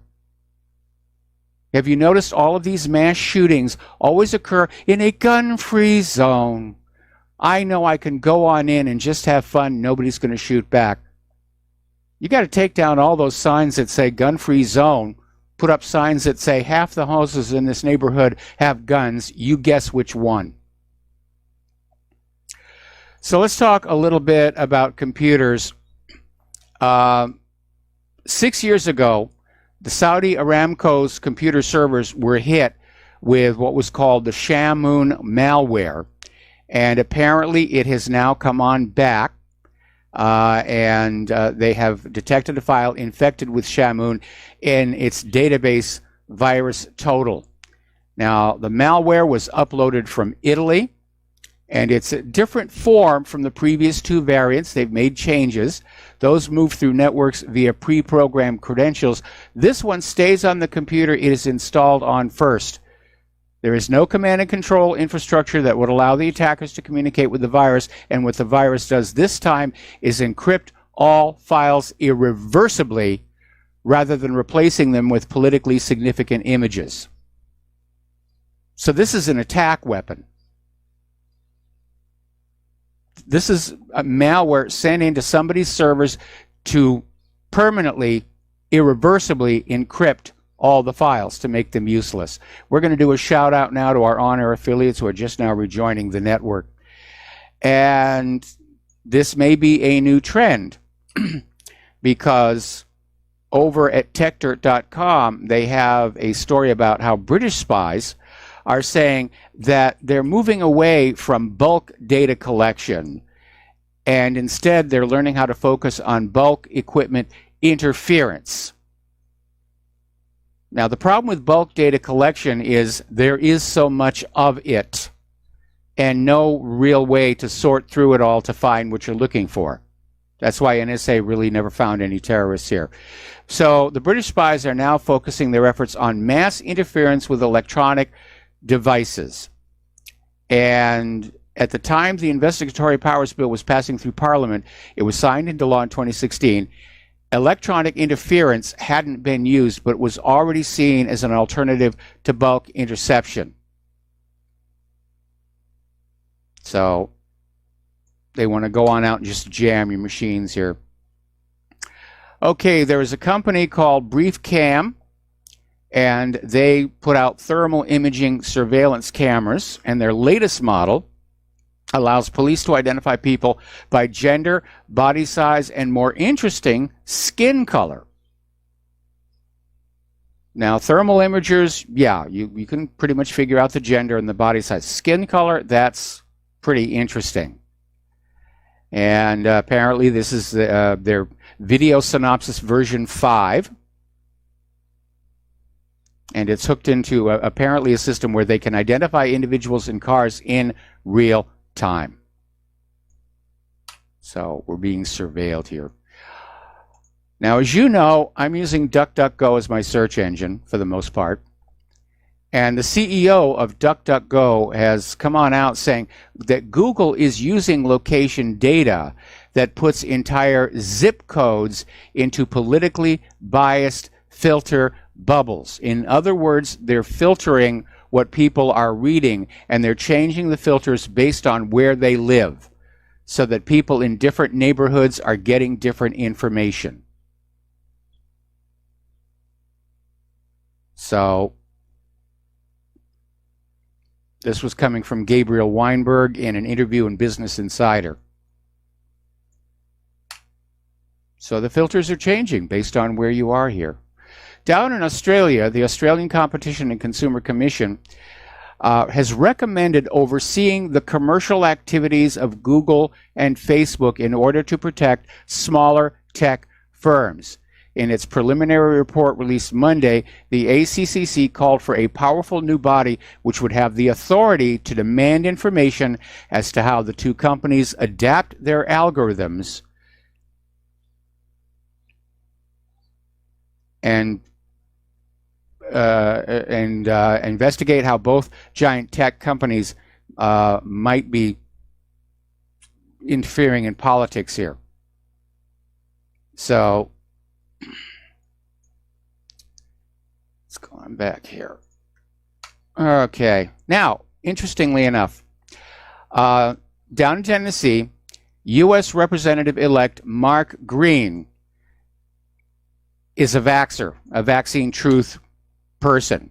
And he's told constituents he believed vaccines may be causing autism, questioning the data from the Centers for Disease Control and other institutions that claim to disprove such a theory. Well, we know that the main paper from the CDC was a fraud.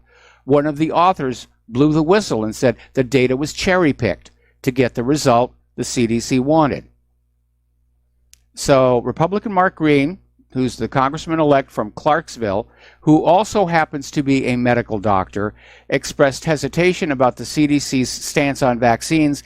He also said he believes the Federal Health Agency has fraudulently managed the data, which, yes, we know they have.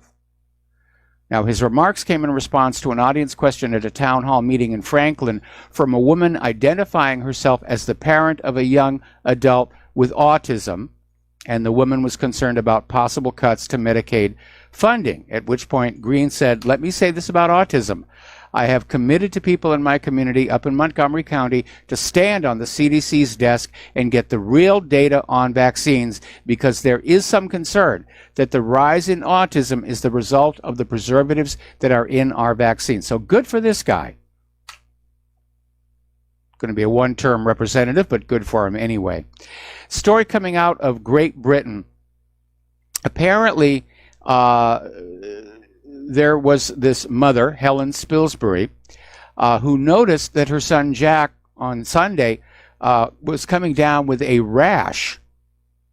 And by Monday, he was covered with it and scratching all over his body.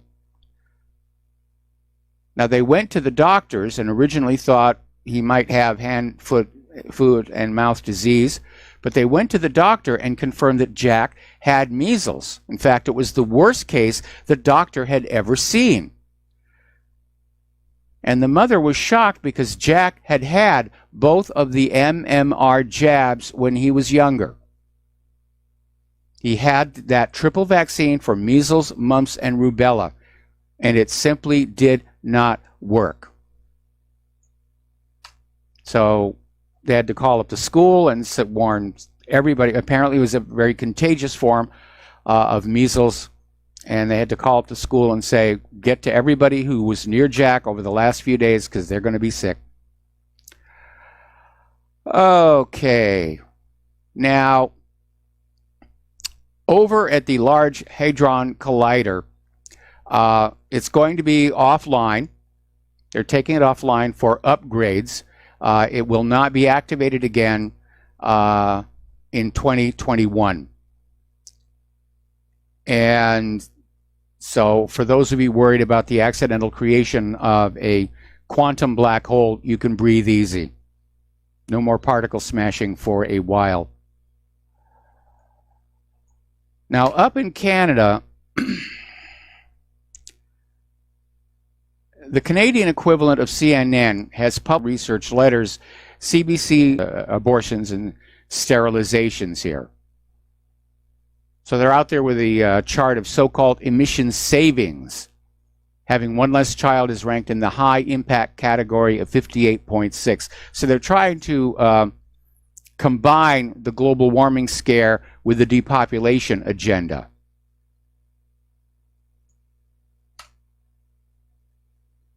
Now, Al Gore, former vice president and environmental activist, is out there attacking Donald Trump's position on climate change, saying that it could boost global efforts to tackle so-called global warming due to the president's previous remarks on the issue.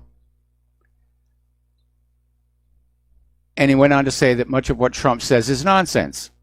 This from the guy who predicted the Arctic would be completely ice-free by 2014. And they flew high enough where the two pilots on board became the company's first official astronauts. And Richard Branson was on hand to watch the moment. So they're basically one step closer to space tourism. And well done. Very well done here. Meanwhile, coming in from Mars, NASA has released InSight's first selfie from the surface of the red planet, which was made up of by swinging the camera around, taking multiple shots, and merging them together. Now, it really isn't vanity.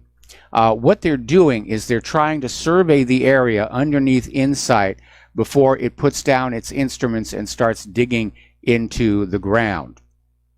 So that's just a good thing to be doing. And another story, this is out of IntelliHub, 1976. Last Tuesday was to examine the damage to this Soyuz spacecraft that was attached to the outside. And they went on out, they peeled back the thermal and meteorite shielding, they took a bunch of pictures, they took a lot of samples. NASA is saying it is too early to tell if the hull was damaged before or while in flight, and NASA is refusing to comment until the samples are being studied. And apparently the samples will be sent for chemical analysis when the spacecraft returns to Earth on December 20th. The one that's complete, not the one with the hole. It'll be interesting to see what they find. Okay. NASA's Juno mission is halfway through its science phase. And Juno, for those of you who don't remember, is this orbiter around Jupiter, and it's orbiting in a highly elongated orbit. So it goes way off track that extends for collecting all kinds of interesting data. And if you go to the article, there are some beautiful, beautiful images. Okay. The Pope's finance chief and number 3 cardinal at the Vatican, George Pell, has been found guilty of the sexual abuse of children. Apparently, the jury deliberated for 3 days and handed down the guilty verdict. And if the verdict is confirmed, it will be the highest ranking condemnation of a church official for a crime of sexual abuse. Now, last year, Cardinal Pell requested a dispensation from his duties in Rome to travel to Melbourne to defend himself against the charges, which he's always denied. Now, the Vatican has not commented on the reports, but Cardinal Pell has been taken off of the Council of Cardinals. Meanwhile, the Vatican is calling for urgent action and decisions to stop climate change. Translation, pay no attention to that cardinal who just got convicted of child sexual abuse. Global warming's going to get you. Aloha, America. Welcome back to our show here. And when he's not ranting and raving about human-caused global warming, apparently Pope Francis is poised to change the Lord's Prayer, to redo the translation. And this is continuing his tradition of turning over liturgical tables. And apparently the Italian Episcopal Conference has submitted the proposed changes to the Vatican for approval. And apparently last year the Pope brought the issue to the forefront when he described the petition, widely used for centuries in many languages, as not a good translation. Well, 2,000 years after the fact, I'm not sure how good the translation would be anyway. The Church of England, meanwhile, has decided to introduce a baptism-style ceremony for gender transitions. Now, this is the largest Christian denomination in the United Kingdom, and they're stopping short of calling it a second baptism, but basically it is the same ceremony for those announcing their new sexual identity. So clergy are being told to call men by their new female names, women by their new male names, and the guidance declares for a trans person to be addressed liturgically by the minister for the first time by their chosen name may be a powerful moment in the service. I guess it's anything to keep those collection plates filled. And you're going to love this one here. Apparently there's this pastor by the name of John Gray, and for his 8th Lamborghini Urus, said it was God who made the posh acquisition possible after he made a faith deposit on the vehicle in February. And he's calling everybody in the congregation who is wondering about just where all this money came from. He's calling them haters, but they'll be blessed. It is a bit of a racket over there. Okay, so the wife has a new car. Apparently, Gray also, apparently the wife, on the same anniversary, gifted her husband what's called the Green Box Rolex. It's a nickname to describe the Rolex Explorer 2. Comes with a price tag of $8,000. It's a good business to be in, huh? Many years ago. By the way, the phone lines are open, 800-313-9443. Many years ago, after I left CBS Television City, I went to work briefly, had identified the TV station, had relocated the studios, and not bothered to change the station identification or even inform the FCC. So there was one FCC fine. The manager had, some months back, gone to one of these big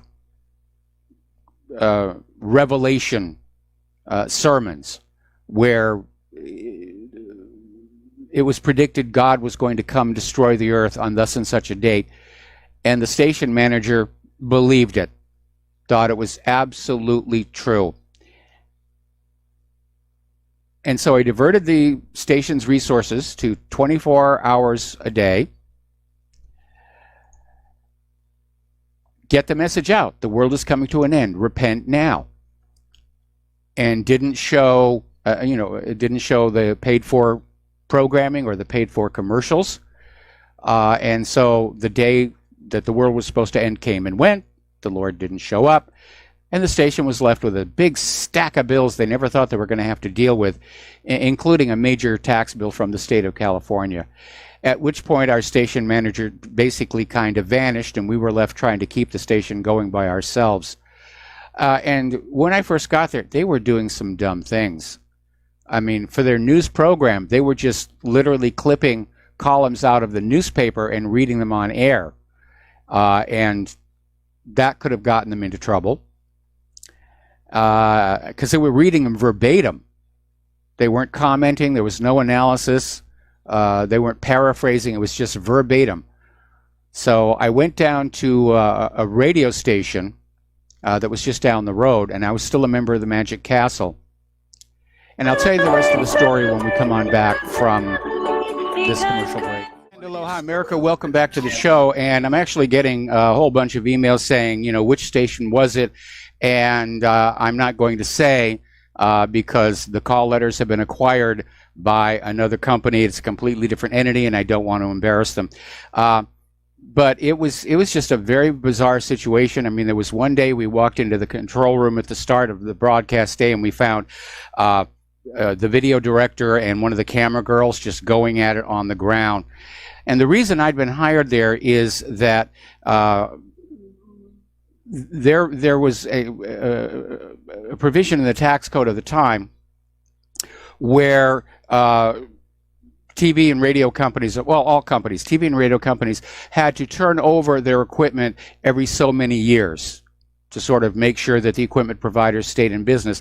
And so if they couldn't sell the old equipment, they would donate it to nonprofits like Christian TV stations. And so for this little hole in the wall TV station, it was in an industrial park in Orange County, they had just amazing amounts of equipment, and my job was to basically get it all working and keep it all working here. But they were completely out of money, and it was very frustrating trying to get anything done because they had no money.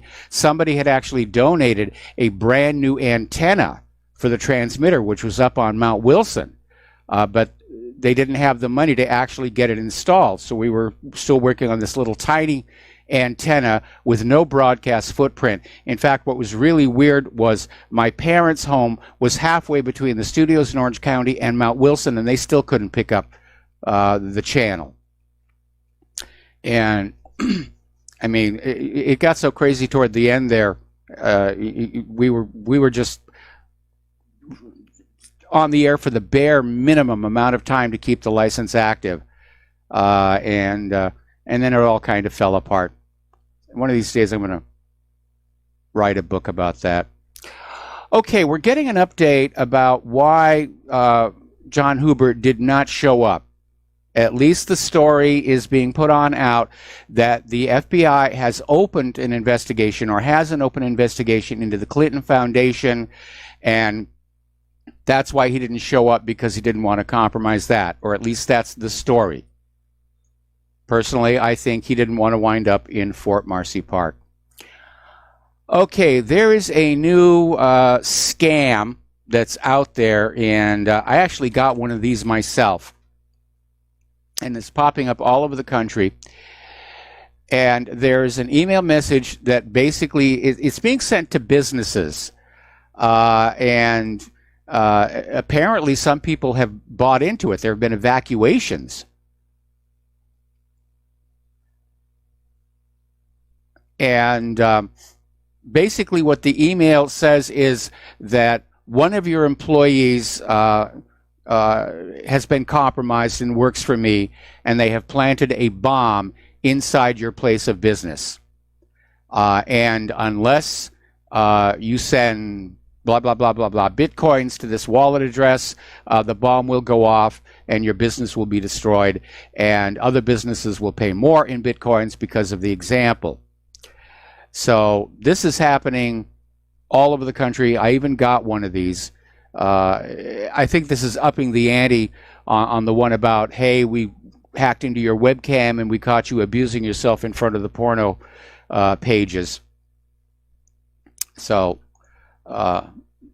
you know, I think back to that story we reported on yesterday where the U.S., Great Britain, the entire EU do not consider the production of malware to be a criminal offense. And I'm just having a hard hard time trying to figure that one out here. Okay. Apparently, Monica Schaefer, who's a Canadian citizen who spent nearly a year in a German prison simply for posting a YouTube video entitled, "Sorry, Mom, I was wrong about the Holocaust." She's finally out of political prison and making the rounds of the independent media. Here's a very, very bizarre story, and it's basically coming out of government slaves, which is usually pretty serious about their things. They're saying that Christmas Eve is when you're at highest risk of having a heart attack. And this is coming from a new study published in the British Medical Journal, which found a person's risk of heart attack spikes during most holidays and peaks at around 10 p.m. on Christmas Eve. And if that's from the overeating or the overdrinking or just the stress of dealing with Christmas, because it is very, very stressful getting on out there trying to get the presents. And they're saying it's a big study. They covered a lot of people, the details of more than 280,000 heart attacks in Sweden over 16 years. So apparently this is localized to Sweden, but they're saying that, yeah, it's people experience emotional stress. And again, it's supposed to be a festive time. And I'll admit I'm not feeling very festive. In fact, I'm in full-bore Ebenezer Scrooge mode right about now. And yes, I've got the obligatory colored lights out in front of our living room window, but that's it. We didn't do a tree this year. I just didn't feel tree-ish. All right, we're going to take a phone call now from James in North Carolina. Aloha, James. Welcome to the show. What's on your mind? I got a question about Tulsi Gabbard. You talk about her running for president. Has it ever been defined what a natural-born citizen is? My understanding is she was born in American Samoa. No. Yeah, Tulsi Gabbard, yes. Well, it's an American territory. But apparently nobody seems to think that's an issue because, I mean, she's already gone to the first two primary states for the 2020 campaign. But I mean, they did the same thing for John McCain, because John McCain was actually born in the Panama Canal Zone. And it was simply said, yeah, that was American territory at the time, therefore he's a natural-born citizen. So if you're born in a territory, that means you're a natural-born citizen. I mean, that's the way it's been handled up until now. Well, nobody brought this up when everybody was hollering about Obama, but there was a vice president named Charles Dawes under Hoover, and he was born in the territory of Kansas. And but that's apparently true. And nobody made anything of it. I just wondered about it. I mean, could it change? If there's a precedent like that, it would seem like somebody would have brought it up, but no one did. I guess if you're born in a territory anywhere or under the auspices of the United States, you are a natural-born citizen, I suppose. Yeah, if you're under U.S. government jurisdiction, then yes, you qualify. The reason everybody kicked up a fuss about Ted Cruz is that he was born in Canada. And they were trying to basically get that past everybody when they thought Ted Cruz could defeat Donald Trump. And as far as Alexandria Ocasio-Cortez, she was born in the Bronx, so she qualifies on that one, although not the age limit. What was well, I got you. I always kind of thought Obama was a dual citizen. Has anybody ever looked into that? I'm not aware that he was a dual citizen.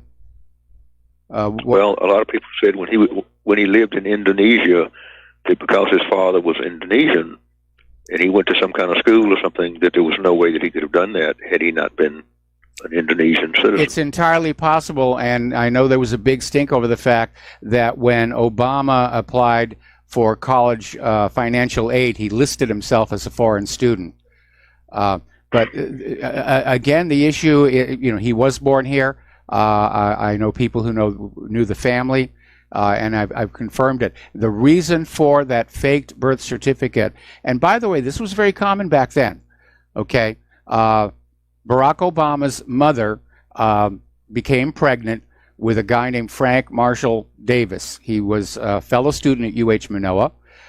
He'd served in World War II. He was older than she was.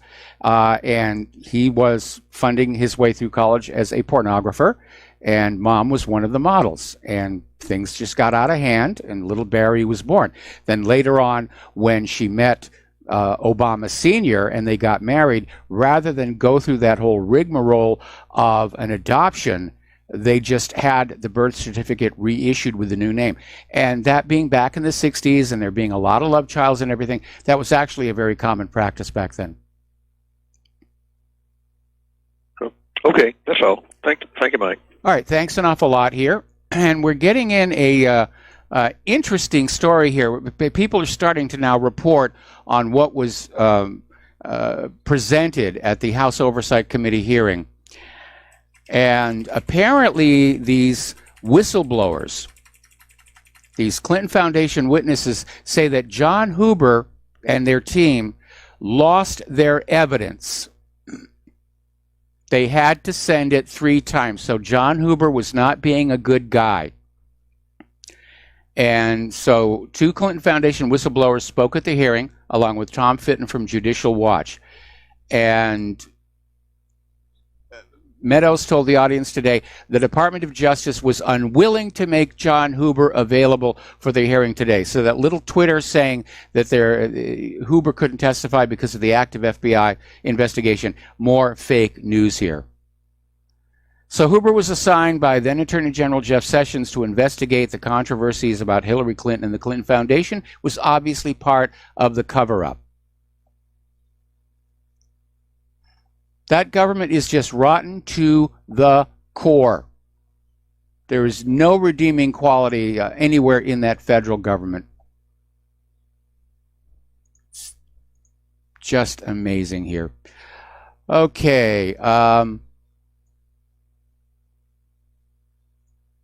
Excuse me.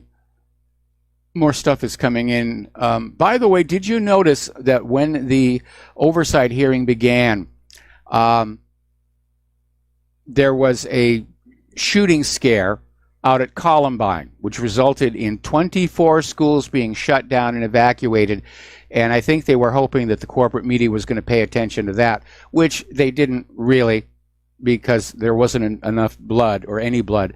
But of course, the corporate media has pretty much ignored the House oversight hearings as well.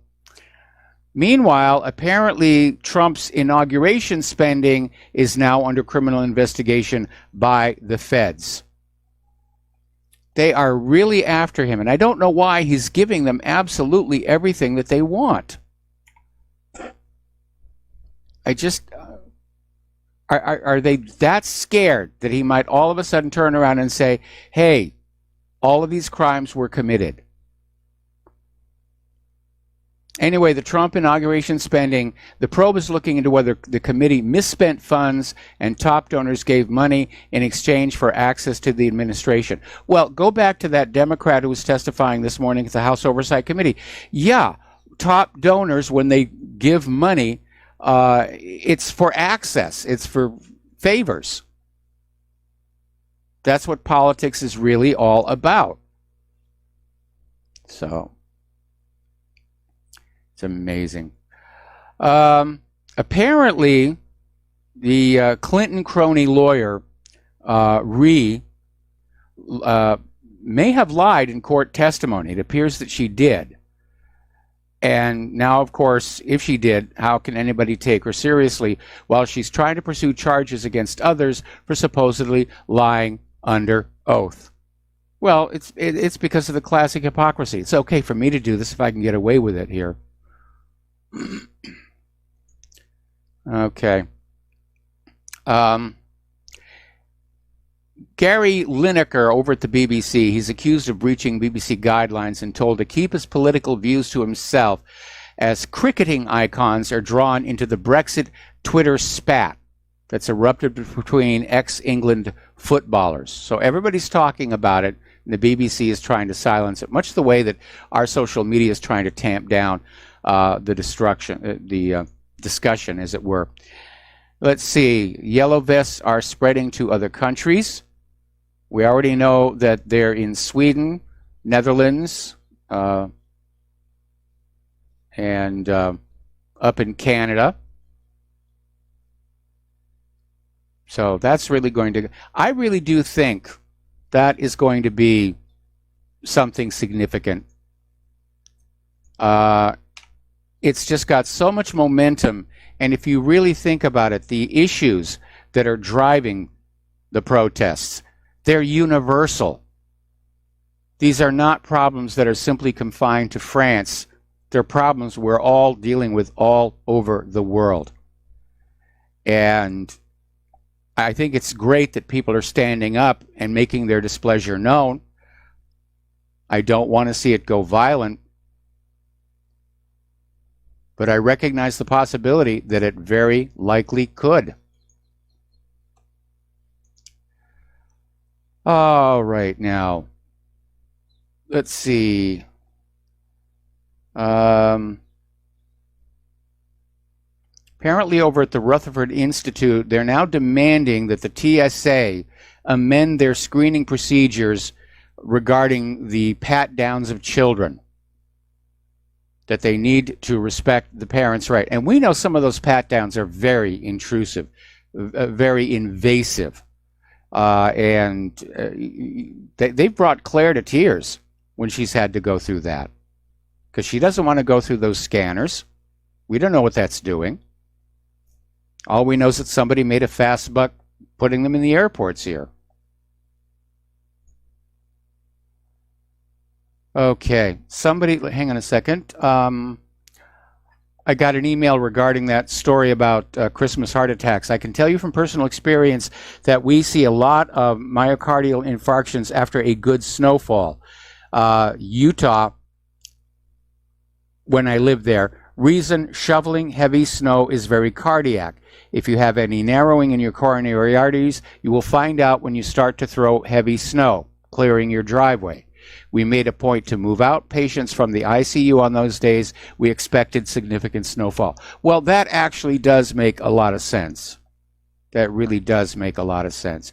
All right, we're coming up on our final commercial break for the day here. And when we come on back, I'm going to be looking for something else to share with all of you for the last segment of our program. And aloha, America. Welcome back to our show, last segment of our program today here. And a quick reminder that tomorrow's Friday show and the lovely Lady Claire will be with us. So I know you're all looking forward to that. We're getting more and more information about what came out of the House Oversight Committee hearing. And apparently some of these forensic investigators testified the Clinton Foundation operated as a foreign agent early in its life and throughout its existence, and did not operate as a 501c3 charitable foundation as required by law, and it's not entitled to its status as a nonprofit. And this is very explosive testimony, because if in fact it doesn't qualify as a 501c3, then the Clintons are personally liable for millions of dollars of taxes on all that money. But again, it looks to me like it's a stonewall. I mean, that news that Huber didn't testify because the Department of Justice wouldn't let him. The news that Huber's team literally lost evidence sent to them 3 times. It's obviously part of the cover-up. This government is irretrievably, unrecoverably corrupt all the way through. And I know what's going to happen after January 20th. We're going to see the infighting is going to get even worse. The Democrats are going to go after Trump, try and find anything they can nail him on. We've got that incoming attorney up in New York that's out there. He's openly declaring he is going to take the resources of his office and sick them on Trump and Trump's family and Trump's circle of friends, trying to find anything. I don't understand why they hate this man so much, other than that he was an outsider. He came in from outside. He's not part of the machine. But he's giving them pretty much everything they want. The only apparent real point of contention is that border wall, the immigration policy. The Democrats want the borders open because they register those illegal immigrants to vote, which they're not supposed to, and they vote, and it's shifting elections. And that is one reason why California shifted so dramatically from the Republicans to the Democrats during the midterms. They just flooded those districts that were right on the border with these illegal immigrants, got them settled on in, and just said, go vote Democrat.